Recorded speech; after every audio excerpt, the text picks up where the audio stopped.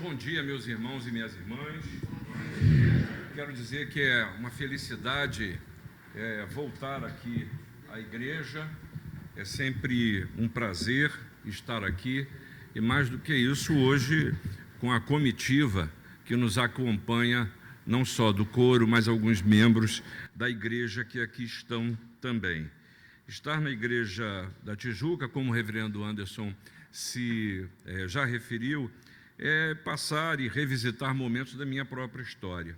E isso, para mim, é muito abençoador. E quero dizer que também ser convidado, eu sempre, quando vou pregar em aniversários de igreja, eu sempre digo isso, porque quando a gente é convidado para um aniversário, é porque as pessoas nos querem perto. E isso é muito bom. Obrigado, meu amigo, meu irmão do coração, reverendo Anderson, por esse privilégio. Vamos abrir a palavra de Deus no livro de Atos, no capítulo de número 1, vou ler os versículos de 6 a 11. Atos dos Apóstolos, que, como vocês sabem, é quase que uma continuação do Evangelho de Lucas. Lucas escreveu o Evangelho de Lucas e também Atos. E os dois ele escreve para a mesma pessoa, para Teófilo. E ele faz questão de dizer que quis escrever de uma forma sistemática. É quase a visão de um médico academicamente sobre a história de Jesus e sobre o nascimento da igreja. Isso tudo era para dar tempo de você achar o texto bíblico. Já achou? Vamos lá, a partir do versículo 6. Então os que estavam reunidos lhe perguntaram: Senhor, será esse o tempo em que restaures o reino a Israel? Respondeu-lhes: não vos compete o conhecer tempos ou épocas que o Pai reservou pela sua exclusiva autoridade. Mas recebereis poder, ao descer sobre vós o Espírito Santo, e sereis minhas testemunhas, tanto em Jerusalém, como em toda a Judéia e Samaria, e até aos confins da terra. Ditas essas palavras, foi Jesus elevado às alturas, à vista deles, e uma nuvem o encobriu dos seus olhos. Estando eles com os olhos fitos no céu, enquanto Jesus subia, eis que 2 varões vestidos de branco se puseram ao lado deles e lhe disseram: varões galileus, por que estáis olhando para as alturas? Esse Jesus que dentre vós foi assunto ao céu, virá do modo como o vistes subir. Meus irmãos, hoje a cristandade celebra o domingo de Pentecostes. Não é à toa que, didaticamente, o pastor da igreja fez a liturgia, compondo a liturgia de textos e hinos que nos lembram e nos mostram a caminhada com o Espírito Santo. E ao pensar no Espírito Santo, eu não sei, talvez haja uma confusão ou até mesmo a falta de conhecimento quanto não só ao papel do Espírito Santo, mas acima de tudo como nós nos relacionamos com o Espírito Santo. Talvez algumas igrejas e algumas doutrinas tenham a capacidade e a possibilidade de desenhar muito bem o papel das 3 pessoas da Trindade, Deus Pai, Deus Filho e Espírito Santo, dizem quais são as atribuições do Espírito Santo, mas às vezes me dá a impressão de que isso é tão distante, isso é vazio para o problema que eu vivo hoje na minha vida. Outras correntes teológicas definem o Espírito Santo como experiências que são transcendentes ou experiências não usuais. A palavra melhor é essa, não usuais. Então o Espírito Santo é feito como testificador de uma maravilha, de alguma coisa espiritual demais, e algumas delas se tornam ou são vistas até apenas como uma coreografia religiosa. Eu gosto muito e gostei muito da visão que um teólogo chamado Moltmann, ele nos traz sobre a pessoa do Espírito Santo. Primeiro, ele defende que nós não devamos chamar o Espírito de Espírito Santo, porque nós não chamamos de Deus Santo, nós não chamamos de Jesus Cristo Santo. Ele prefere muito mais conferir ao Espírito Santo a denominação de Espírito de vida, porque ter o Espírito Santo como consequência da aceitação de Jesus Cristo como Salvador é ter a certeza de que nós somos vivificados, de que Ele produz em nós vida. E Moltmann chega até de maneira poética a dizer que é aquilo que nos inspira, aquilo que precisa nos mover, aquilo que nos faz olhar a vida de uma maneira diferente, de perceber o sol nascer, de perceber que Deus está no controle, de perceber que a vida é caminhar em frente e a certeza de que Deus é presente em nós. E aí, nesse sentido, eu gostaria que a gente pudesse refletir sobre o espírito da vida em situações concretas de nossa existência. Veja só, nós lemos um texto aqui, que algumas pessoas dizem, eu concordo, que é um daqueles momentos na vida em que a gente passa também, como os apóstolos passaram. É o interregno. É aquele momento em que você está na sua vida em suspensão, seja por expectativas do que virá, seja por notícias desestabilizadoras que não lhe permitem ver ainda que caminho vai seguir, seja pela situação que lhe deixa sempre em compasso de espera. É aquela circunstância que não há o que você faça. Então, aqui é um interregno, em que os discípulos caminharam com Jesus, viveram com Jesus. Jesus disse para eles que morreria, que seria crucificado e que no terceiro dia ressuscitaria. Mas uma coisa é ouvir as coisas de Deus. Uma coisa é ouvir que Deus supre todas as necessidades, e outra coisa é eu na minha caminhada, outra coisa é no meu dia a dia eu estar vivendo a necessidade. Isso é um interregno, entre a necessidade e o provimento. E esse era o momento em que Jesus os mandou para Jerusalém ficarem num lugar esperando o quê? A descida do Espírito Santo. Esperando o Espírito da vida que traria todo o sentido para o que haveria de acontecer. Eu acredito que a Igreja de Cristo hoje, ela está vivendo um interregno. Primeiro, porque nós vemos muitos viver uma fé que esfriou, que não tem mais o mesmo ânimo, e até num certo sentido, que perdeu a razão de ser. E é curioso a gente imaginar que para muitas pessoas que se dizem cristãs, hoje o cristianismo é apenas uma palavra no meio de tantas palavras. E há pessoas críticas à igreja, sociólogos, que chegam mesmo a escrever dizendo que o que a igreja carece hoje, o que ela já teve no passado, é de um conceito de plausibilidade, de ser acreditado, porque o afastamento da igreja é um problema do nosso tempo. E é curioso também pensar numa segunda circunstância que nos atinge tremendamente como família da fé, é o individualismo, é a perda do senso de corpo. Há pessoas que vêm à igreja, sentam, participam de tudo, chegam até a agradecer, se sentem bem, mas chegam a dizer, não, mas eu não quero contato com ninguém.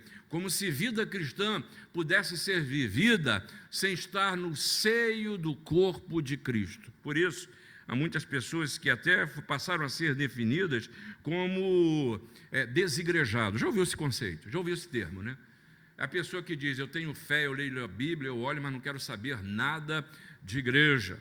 Perde a oportunidade de crescer, porque na comunhão, era exatamente no conselho, viver as nossas lutas e orar. E hoje oramos por uma família que está sofrendo a saudade nesse tempo. Nós sermos suportes um dos outros. Exatamente num tempo em que fala que é melhor caminhar sozinho, isso na verdade desmente a fé. Mas é tão curioso que isso parece que hoje é uma batalha contra um hedonismo que diz, seja você mesmo, seja feliz, tenha relação com quem te interessa, quem não lhe interessa, corte. E aí a cultura do chamado cancelamento que toma as mídias sociais invadem as relações, e pasme, é mais doentia quando isso acontece no corpo de Cristo. Mas também há um terceiro problema que a gente pode vislumbrar nesse tempo de interregno na fé cristã. É gente que está muito mais buscando experiências que sejam fortes, muito sentir. E essa é uma das tônicas do nosso tempo, dentro e fora do cristianismo, que acham que através da experiência se quer atingir sentido para a vida.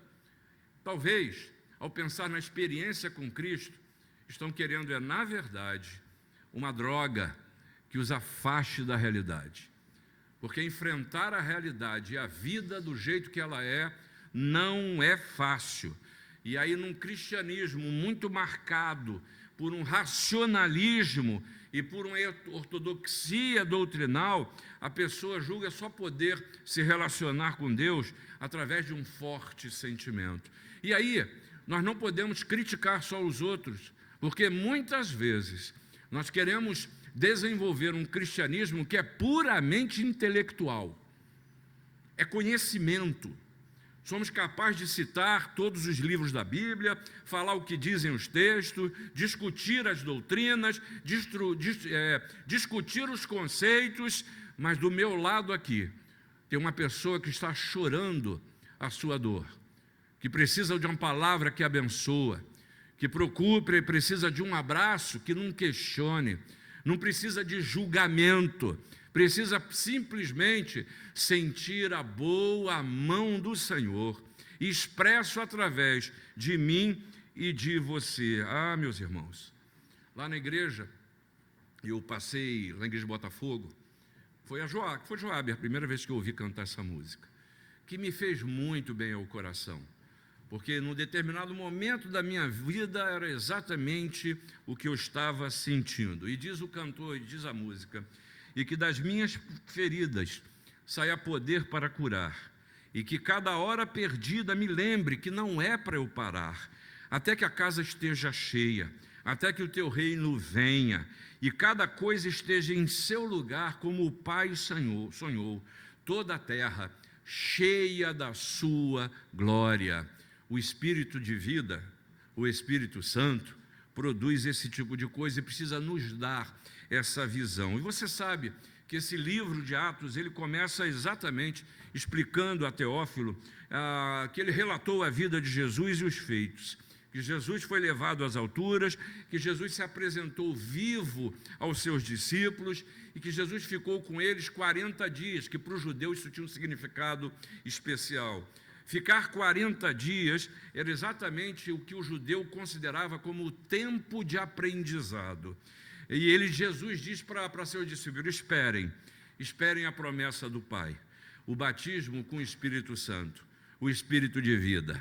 É quem vai estar em vocês a partir daqui e vai ensinar a vocês todas as coisas e trazer vida na nossa pobre existência. E qual é a consequência aqui?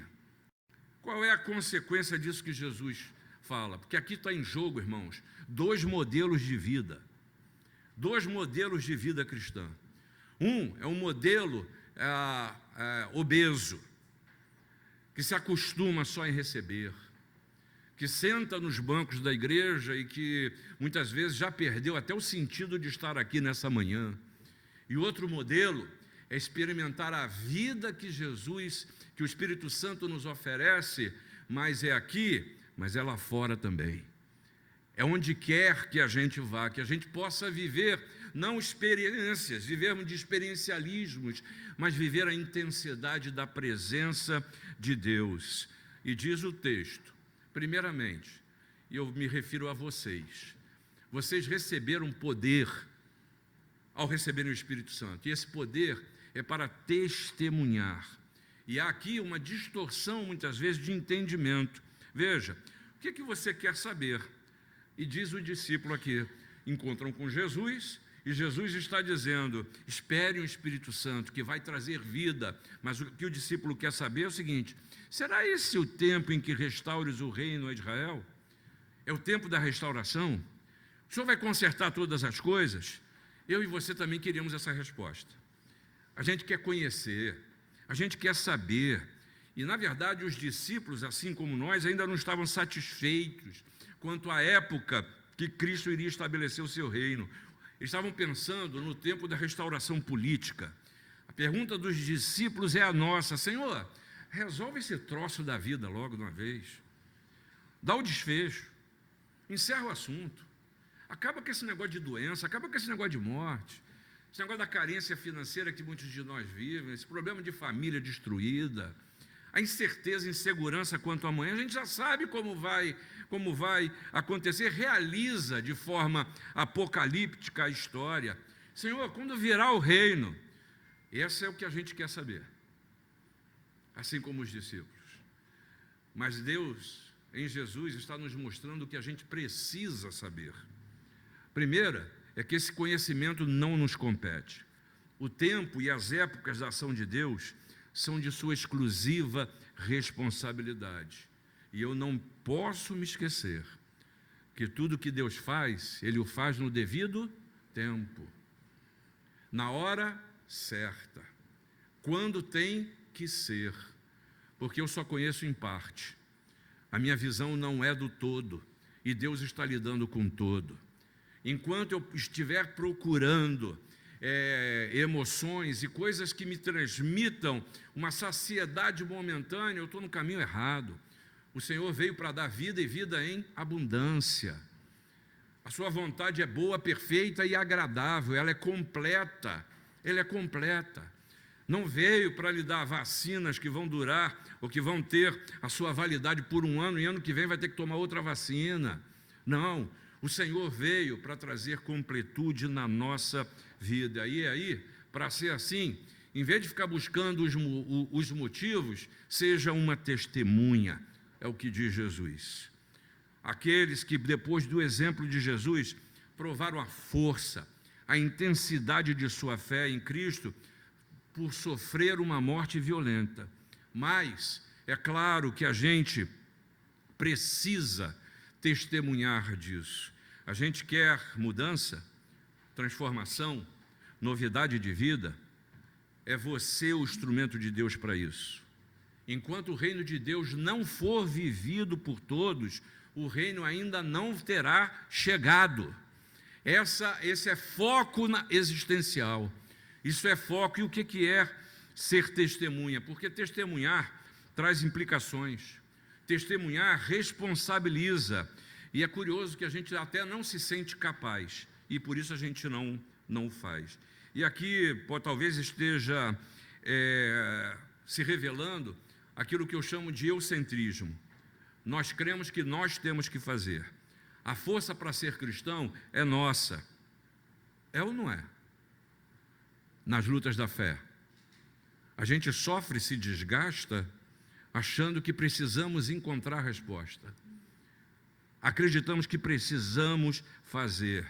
E é engraçado, me permita a dureza do que eu vou falar agora, mas muitas vezes a gente chega mesmo a viver de máscara, porque já cauterizou a mente, a gente se esconde.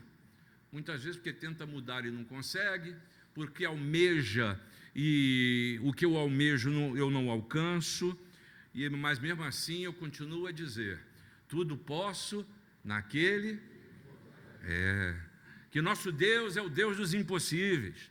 Eu repito até de cor, entrega o teu caminho ao Senhor, confia nele. Mas aqui no meu subconsciente a dúvida já está instalada. Que eu posso dizer, eu entreguei e não estou vendo.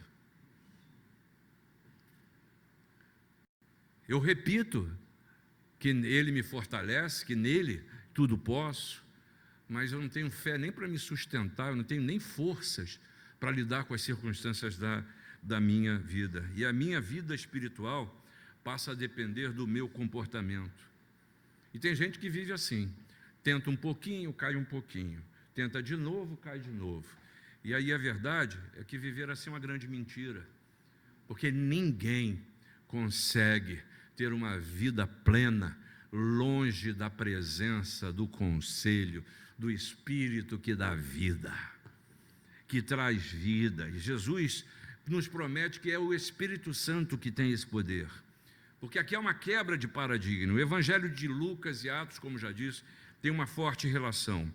E o Evangelho mostra a vida de Jesus e culmina com a sua ascensão. Mas agora em Atos, o que Jesus está dizendo para os discípulos é o seguinte: já contei a história, agora é com vocês. A partir de agora é com vocês. Vivam a vida que eu ensinei, façam vocês. Mas como fazer isso? Eu não andei com vocês? A partir de agora o Espírito Santo estará em vós. Storniolo diz uma coisa muito interessante.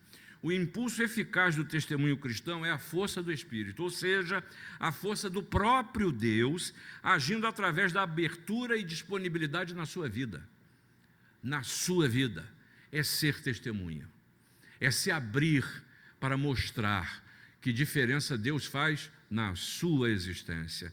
Mas Jesus aqui está ensinando para os seus discípulos, não é a não ser operante, é o Espírito da vida lhe ajuda a realizar a sua própria vida, o seu ministério, aquilo que você precisa ser e fazer na sua caminhada. E aí a gente está falando, e muitos de vocês, como eu, começam a se esconder, dizendo, ele está falando que eu tenho que evangelizar, eu não sei fazer nisso não, tenho vergonha, tenho preguiça, eu não vou me meter com essa história, minha vida já é muito difícil. Mas eu quero dizer para você que evangelização é uma coisa que não termina, ela começa. Vocês estão sendo evangelizados, porque a pergunta é, quando é que acaba o evangelismo? É quando a pessoa vem aqui para receber o batismo? Muito pelo contrário, é o começo de uma nova vida. A gente precisa continuar a evangelizar, é ensinar as coisas de Deus. E a gente precisa continuamente aprender. O problema é que hoje muita gente se contenta com pouco. Por isso a gente vê muitos crentes que são infrutíferos. E eu chego a dizer, e meu povo da minha igreja já sabe que toda vez que eu batizo eu falo isso, gente, isso aqui não é um porto de chegada não, isso aqui é um porto de partida para uma nova vida. É a partir de agora que as coisas se tornam novas.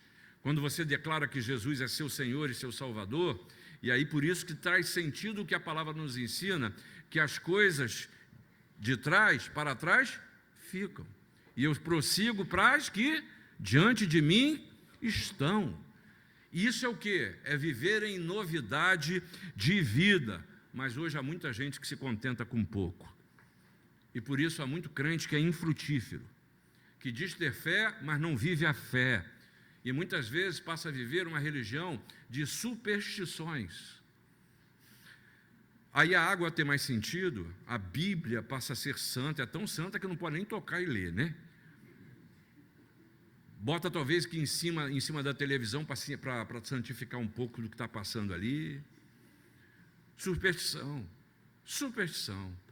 Passa a entender que a ceia, ela tem uns elementos que transcendem a fato de ser um pão mesmo e um vinho mesmo, e que ao tomar aquilo talvez vão ser possuídos por alguma coisa. Superstição, que não traz vida nenhuma. Sabe o que é? Está se contentando com pouco. Mas tem crente hoje também que sofre de ler. Sabe o que é ler? Esforço, lesão por esforço repetitivo, né? Eu estou há tanto tempo na igreja, 56 anos, e a igreja continua a mesma, está vendo? É sempre a mesma coisa, nada acontece, cansou. O espírito de vida não trouxe renovação, porque você não percebeu que ele está lhe trazendo renovação na sua vida. Eis que faço novas todas as coisas. Irmãos, eu ouso dizer para vocês que a gente se acostuma a que isso aconteça uma vez e não fica esperando a novidade que Deus traz nas diversas fases da vida. Em vez de me assustar com as novas fases, eu preciso viver a expectativa de que o melhor está porque Deus promete assim. Conhece gente que diz, esse ano para mim é o último. É o último de quê, rapaz? Deus não distribui senha?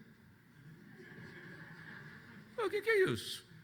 Não, meu ministério na igreja acaba a partir desse ano. Viu, reverendo? Eu não quero, quando eu ouço isso, eu não falo, né? Que aí é falta de educação. Mas eu disse, coitado, está limitando o poder de Deus, está perdendo a oportunidade de continuar a crescer, porque servir traz crescimento.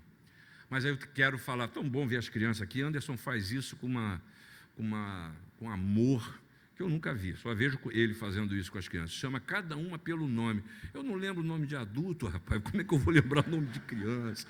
O cara chama criança por criança aqui pelo isso é maravilhoso. Mas também, meus irmãos, a gente lê na palavra e sabe de cor. Ensina a criança o quê?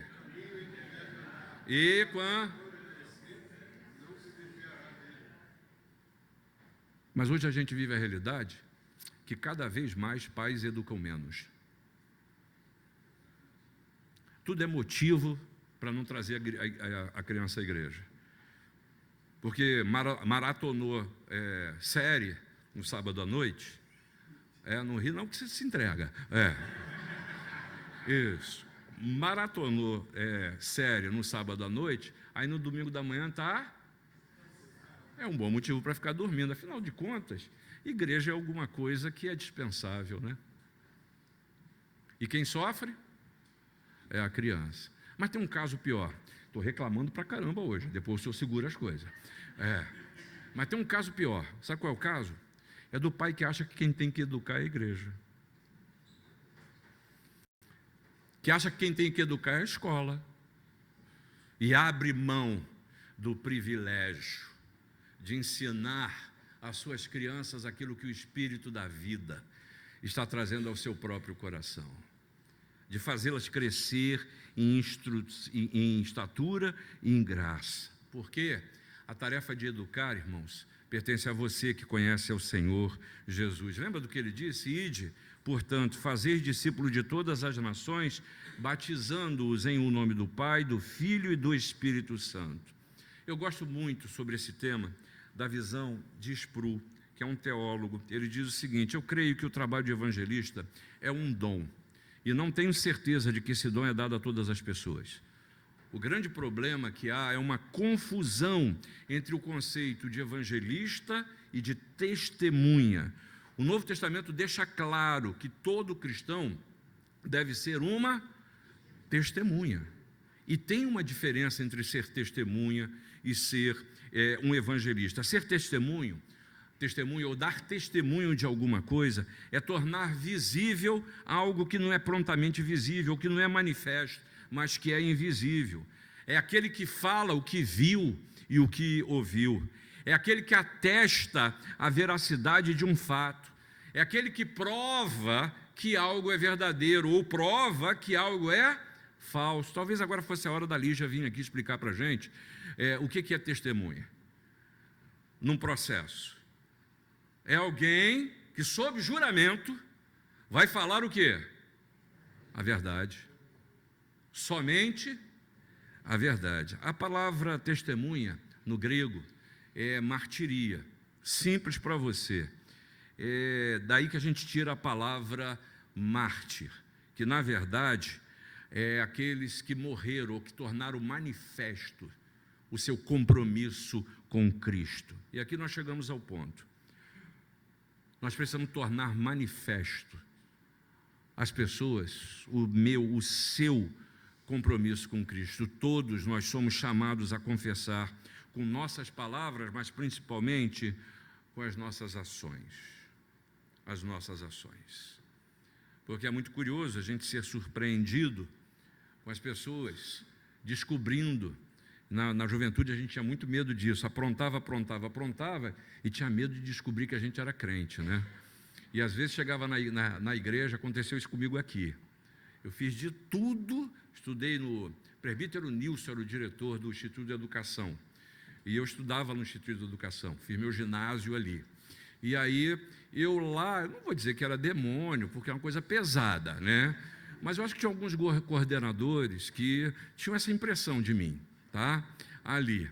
E eu chego um domingo de manhã aqui, gente, a coordenadora do ginásio era membro da igreja. Esqueci até o nome dela. Ato falho, né? Quando eu dou de cara com ela, eu falei, não acredito que essa mulher veio aqui na igreja me caguetar. E aí eu descubro que ela era o quê? Era membro aqui da igreja. Eu morri de vergonha. Sabe o que ela fez? Ela me abraçou e falou assim, agora eu passo a te enxergar de uma maneira diferente. Que bom saber que você está buscando ao Senhor. Eu não falei nada. Não falei que nasci e fui criado na igreja, não falei nada disso. A partir daí, eu fui para o instituto, eu ficava prestando sempre atenção onde ela estava. Né? Meu comportamento melhorou. Ela foi testemunha para mim. Você pode falar de salvação, de morte, de soberania, de eleição, de justificação, de trindade, de anjos, de culto, de sacramento. Todos esses conceitos doutrinários são importantes. Mas em nosso tempo as pessoas, elas querem ver Jesus. Hoje é o tempo do Tomé. Hoje é o tempo daquele que, olha, se você me disser, não me é suficiente. Eu preciso ver. E é na sua vida que Jesus vai ser visto. Ou não, né? É na sua vida que ele vai ser percebido. Todos nós temos sede, e estamos com sede de Deus, das coisas de Deus, da intimidade do Senhor, buscando ao Senhor, não é verdade? A gente quer mais. Aí eu alcanço exatamente a função e o objetivo do Espírito Santo na sua vida: produzir vida. Chegou a fome com a vontade de comer. É a gente se apropriar dessa realidade e experimentar isso na nossa caminhada. Mas finalmente, no final dessa história, acontece uma situação que é tão humana, que talvez seja a coisa que mais me impressionou. Que Jesus falou com eles, maravilhoso, ver Jesus da face, depois de morto, ressuscitou mesmo, coisa e tal, e de repente nuvens no céu, e eles ficam olhando para o céu, maravilhoso, ver Jesus subir, aparece 2 anjos, ninguém percebe que chegou, e falou, baixa o olho,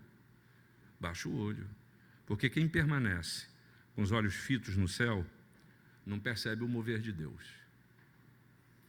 Quem acha que vai se eliminar da vida, quem acha que vai se esconder através de uma falsa espiritualidade, quem acha que vai se esconder, encontrar aí um apanágio de fé, ou uma droga que tire a sua sensibilidade desse tempo, isso é engano, isso é ficar olhando para o céu. Quando o Senhor está te convidando para que você perceba o mover dele é hoje, é na sua vida, é na sua história. Veja o que o texto diz: Jesus elevado às alturas, uma nuvem não os permitia ver. E aí eu fiquei olhando, vem cá, se a nuvem não permitia ver, esses caras estão olhando o quê? Né? Estão olhando para quê? Mas é isso, a cegueira espiritual faz isso, faz a gente olhar para nada e, o que é pior, admirar e até adorar. E eles permaneceram com os olhos fitos no céu. E é a gente que sempre quer ficar olhando para o céu, olhar para as coisas do alto, isso é tão espiritual. Ver Jesus na nuvem da frente. Há pessoas até que pensam que estão vendo, viu?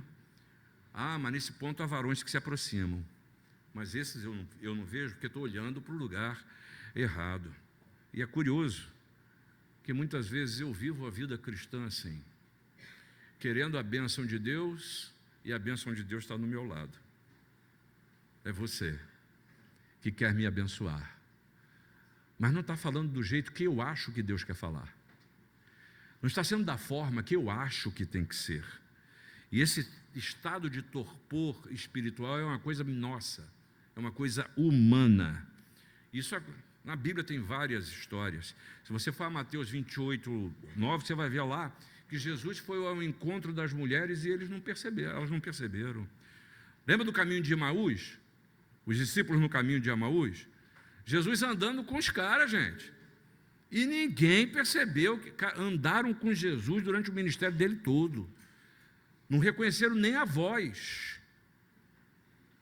Os discípulos aparecem no meio deles em Lucas 24, no versículo 36. E ninguém percebe. Isso é assustador. Mas não condena os caras não, tá?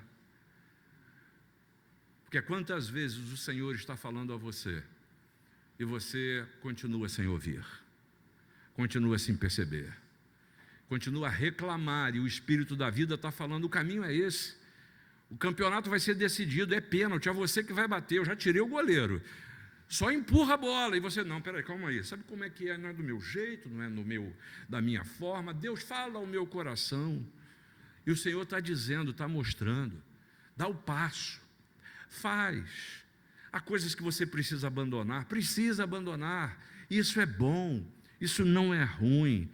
A gente precisa, nós sempre queremos ficar olhando para o céu e querendo, quem dera, reverendo Anderson, que nessa manhã esse teto se abrisse e viesse aqui em grande glória, uma luz maravilhosa, e o Senhor descesse aqui e aí falasse, em vez desse sujeito falar para vocês, quem vai falar para vocês hoje sou eu. E eu percebesse a presença. É isso que a gente tem a expectativa do super-homem, não é o Deus vivo. Muitos de nós vivem a criancice na fé, em achar que o nosso Deus é o super-homem, é o Batman, que vai chegar na última hora, vai dar umas pancadinhas no inimigo e vai voar com a gente livre e salvo. Isso é muito pouco. É Deus de vida, é Deus que habita com você, é Deus que lhe chama a viver uma fé que seja vivida verdadeiramente no contexto concreto da sua existência, onde você está. Quer agir na sua forma de ser, na sua forma de agir, no seu entorno, ter a certeza de que você faz parte do projeto de Deus para a história. Tenha certeza de que Deus continua a agir, porque hoje tem tanta gente em busca de culto, mas muito pouco preocupada com a sua própria existência. Que sentido a sua vida está tendo com o Senhor que é presente? Nesse sentido, Paulo nos ajuda muito aqui, um texto que eu amo, lá em Romanos 12, versículo 1 e 2, que ele nos chama a ser instrumentos de transformação. Se conforma com esse tempo, não, versículo 2 ele diz, né? Mas transformai-vos pela renovação da vossa mente. É mudança, é não se conformar, é não assumir a forma, é não estar em diálogo fraterno com aquilo que é mal e que já foi destruído, porque Deus continua a atuar, e Ele atua também através da minha e da sua vida. Chegando ao final, eu quero dizer para você que, na verdade, o que Jesus está dizendo para os seus discípulos, e a vinda do Espírito Santo, o Espírito de vida, Ele nos confere e nos ensina a não viver como as pessoas desse mundo, não porque são menores do que a gente, mas porque ainda não conheceram aquele que pode produzir mudança, transformação, e que o nome disso é salvação. Salvação, Deus lhe deu isso. Por isso, é preciso que eu e você saibamos que o poder de ser uma testemunha já nos foi dado, porque o Espírito de vida habita em você. O Espírito Santo habita. Isso não vai ser uma injeção, uma força, um remédio que você ainda vai tomar. Ele já está. Aí talvez você diga assim, mas não estou percebendo. Que o Espírito fale a seu coração, para que a cada vez mais você possa percebê-lo na sua caminhada. Mas mais do que isso, Ele nos convida a ser testemunha, a realizar o nosso ministério, a fazer diferença pelo que falamos, mas também pelo que fazemos, pelo que somos. E finalmente, com isso, Ele convida a mim, convida a você, ao invés de estar buscando torpor espiritual, manter olhos nos céus e nos esquecermos que nós temos, e aonde nós vivemos é aqui mesmo, e aqui nós precisamos ser a palavra que abençoa, e assim o reino de Deus, ele é estabelecido. Que Deus abençoe a Igreja Presbiteriana da Tijuca por seus 56 anos de idade, e que o Senhor continue a nos abençoar. Muito feliz, porque deu problema lá na igreja, hein? Já fiquem sabendo, vocês voltarem lá, se arrumem com as suas mulheres, tá bom? Porque nós viemos para cá e foi muito bom, o coro está aqui também, e a gente poder abençoar a igreja, porque é o que esperamos ter feito aqui nessa manhã. Deus os abençoe.